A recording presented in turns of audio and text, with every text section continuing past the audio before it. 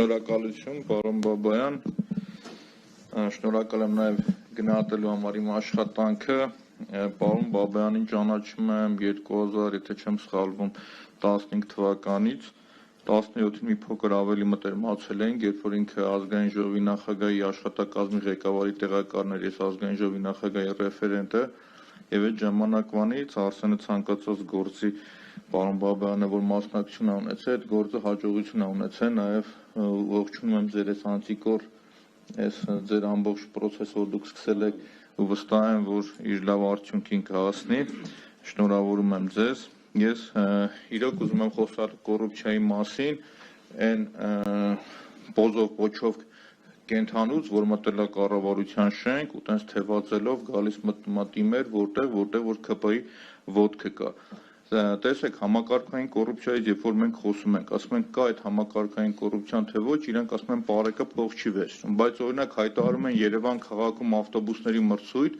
մրցույթին շահում է չինական ժանգտոնգը, այսինքն իսկական ժանգտոնգը չի։ Շահում է այս ընկերությունը ինչ-որ մեկ այդ ավտոբուսները, որ պետք է բերի, երբ որ ավտոբուսները գալիս տեղ է ասում, պարզվում է, որ տեխնիկական պարամետրերին չի համապատասխանում։ Երկու նստարան պակաս է, գազի բալոնն ուրիշ տեղ է դրած, շարժիչի պարամետրերն ուրիշ է։ Ինչ են անում, տանում են կառավարություն, չզեկուցող հարցերի շրջանակում, ասում են լավ, բերել ենք, մեր լավ ընկերն է,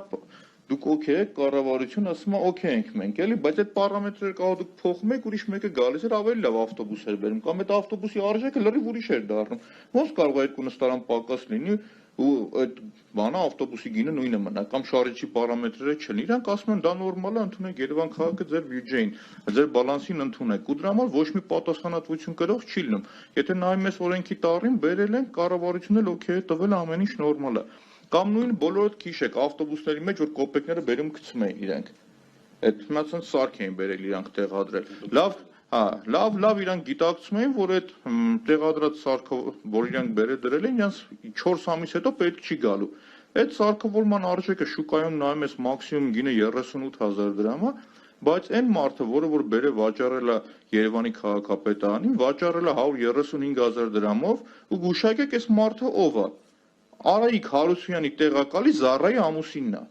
Նիկոլ Փաշինյանի աշխատակազմի ղեկավարի տեղակալի ամուսինն է այս մարդը։ Ու բերել է մի սարքավորման մեջ շուրջ 100000 դրամ թանկ ծախել է։ Հրապարակայինին անդրադարձել եմ, ասել եմ, այս մարդն է, Ռուբոնն է, բերել է թանկ վաճառել է։ Ժողովուրդ դու ԱԾ, չգիտեմ, դատախազություն, մյուս որտեղ եք։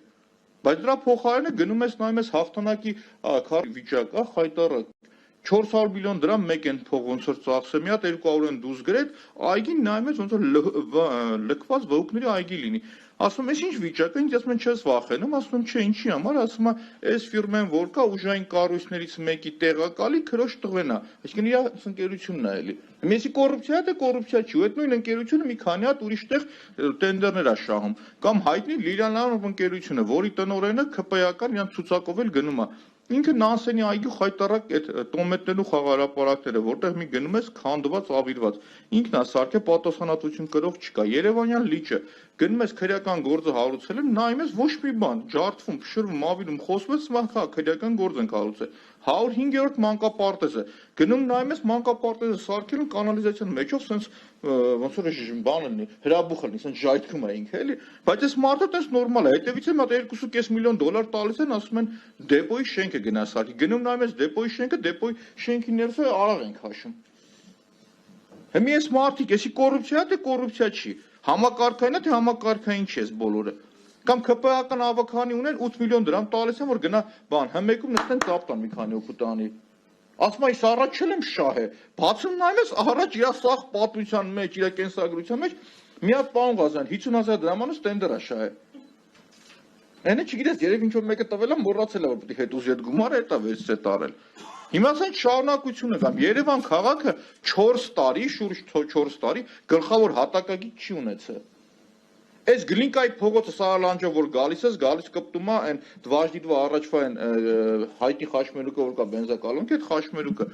գլխավոր հատակագծով որտեղ պլանավորված է որ պիտի լինի ճանապարհ գնացի ասում ժողովուրդ ստե ճանապարհ լինի ասում էր գլխավոր հատակագիծ չկա մենք չգիտենք ճամփա թե ճամփա չի դրեցին շենք սարքեցին իրաց մոտիկներ էլի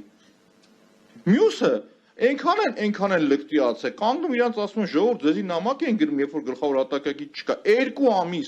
ամիս նամակին չեն պատասխանում, 2 ամիս, 2 ամիսը լռանում է, հիմա պարոն Խուդյանը կասի, արդեն իրավական ուժ ստանալ այդ մարդը դրական պատասխան է իրան ընկալում, ասում է մեռնեմ օրենքին, 2 ամիս չես պատասխանի, ուրեմն դրական է էսի, մտնում է դատարան, ասում է ինչ պետք է լինի, այնքան են լկտիացել, Անտարայինում 800 քառակուսի մետր հողը բերե ցույց եմ տվել, հելնում կանգնում գոռում եմ, ասում 800 մետր հողը մարդը գրում է, ասում է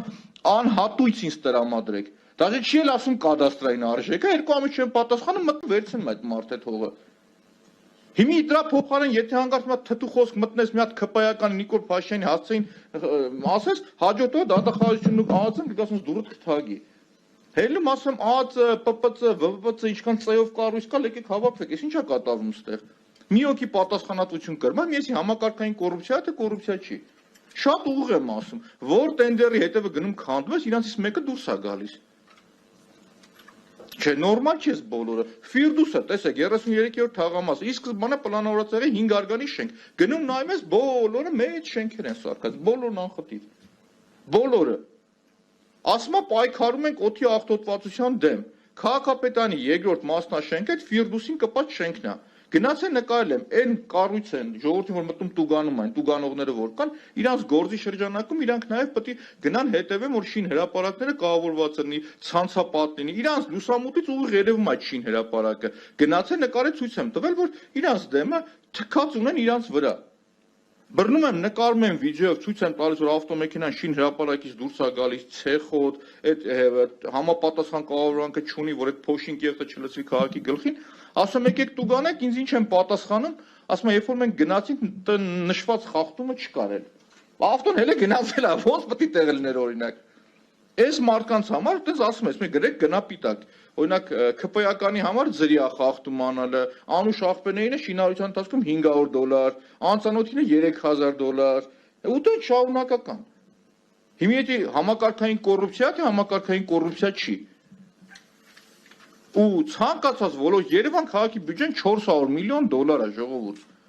Այսօր մեկն ու մեկս տեսնում ենք Երևանում է $400 միլիոն որտեղ են ծախսում այս մարդիկ։ Ինչ որ մեկը կարա ցույց տա, ասի $400 միլիոն ստեղ է գնում։ Կանգնում ասում էի ժողովուրդ, այդ որ դուք բերել եք Երևանում որքան ուղևորա փոխադրում ալնում։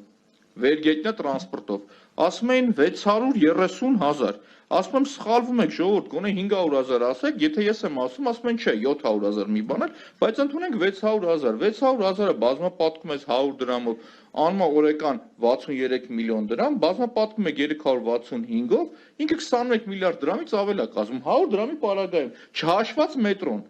Այս մարդիկ այսօր թանկացրել են ավտոբուսը, ասում են միասնական է, ամբողջությամբ, մի բան էլ ասում են բոյկոտը չի կայացել, ու փոխանակ 21 միլիարդ հավաքի, դրա տեղը 14 միլիարդ է հավաքվում։ Գնում ես, ասում ես, էսի ով պետք է վերահսկի, մի հատ տենց խուճուճանով քաղաքապետարանը կառույցի տեղեկատվական տեխնոլոգիաներ, չգիտեմ ինչ։ Դրա տնօրենն էլ 2 միլիոն դրամ աշխատավարձ է ստանում։ Գնացի հարցում եմ on-line մի հատ դու կարողանում ես վերահսկել։ Բեր մի հատ իրարետ նայենք, այդ անձնավորությունը Excel ծրագիրը չի կարողանում աշխատացնել, հասկանում եք։ Չի կարողանում հաշվի այդ մարդը, ո՞նց է վերահսկելու, չգիտես դու։ Ուղղակի չգիտես դու։ Հիմա այդ միլիարդավոր դրամները կորում են Երևան քաղաքի բյուջեից ու դրա համար պատասխանատվություն կրող 0 մարդ, հասկանում եք, ոչ մեկ պատասխանատվություն չի կրում։ Ոչ մեկ։ Հիմա օրինակ մենք անելիք ունենք այդտեղ, թե չունենք։ Այո, ունենք։ Հիմա նույն օրինակը բերեմ, երբ որ մանկապարտեզների օրինակը ցույց եմ տալիս, Երևանում 15 մանկապարտեզ փողը դուրս են գրել, հատիկ առ հատիկ բոլորը ցույց եմ տվել։ Գնացեք, քանդեք, կիսատ թողը թքեկպցրը հեռացել են իրան։ Գնում ես հետևից կռիվ ես անում ես, վերջում ինձ ասում են այդքան կռիվ արեցիր, հեսա 105 մանկապարտեզը կբացեն։ Ասում են ինձ եք լավություն անում։ Այդ դու ինչ եք ուզում դրանով ասեք, դուք կարող եմ ես իմանալ։ Ինչ եք ուզում ասել։ Բայց հանկարծ սխալվի, չգիտեմ, Բանգլադեշում կամ 9-րդ մասիվում մեկը իր տան անկյունում միած փողոքրիկ քառակուսի պատուհան բացի, բանը գասկը կգա, ԱԱԾ-ն կգա, չգիտեմ, մյուսը կգա, ինչքան կառույց կգա, կգան այդ մարդուն կբռնեն։ Ինչքան ծեյով կառույց կգա, կգան կբռնեն այս մարդկանց։ Ասում եմ կոռուպցիան բոլոր տեղերն է անխտիր, բոլոր տեղերը։ Թելսելի էդի պայմանագրի առաջի կետը որ նայում ես, իրանք չեն կարող Թելսելի այդ պայմանագիր կնքել։ Թելսելը պարտավոր էր այդ տենդերը շահել մի այնպիսի ընկերություն, որը 2 տարբեր քաղաքներում առնվազն 600 շարժակազմ ունեցող տրանսպորտային համակարգում ներդրածներ այդ ցանցը։ Թերսել է կյանքի մեջ նույնիսկ այտենց փոքրիկ գյուղում չէր տեղադրել այտենց համակարգ։ Բայց այդ ընկերությունը շահում է, ու երբ որ կանգնում ես ցույց ես տալիս, դրա համար պատասխանատվություն կրող չկա։ Հիմա էսի համակարգային կոռուպցիա է, թե չէ։ Իհարկե համակարգային կոռուպցիա, որտեղ բոլորին այդտեղից փայ է գնում։ Շատ ուղիղ հարց եմ տվել, ասել եմ դատախազություն, այս ամբողջ գործակներից քո փայն ինչքան է, ձեն չկա։ Ասում ահացա քո փայն ինչքան է։ Իսկ կարող է ահացա քո պետի տեղակալի, չգիտեմ, բարեկամի ֆիրմա մեկը տենդեր են շահում։ Չկա պատասխան։ Այստեղ ուղիղ հարց։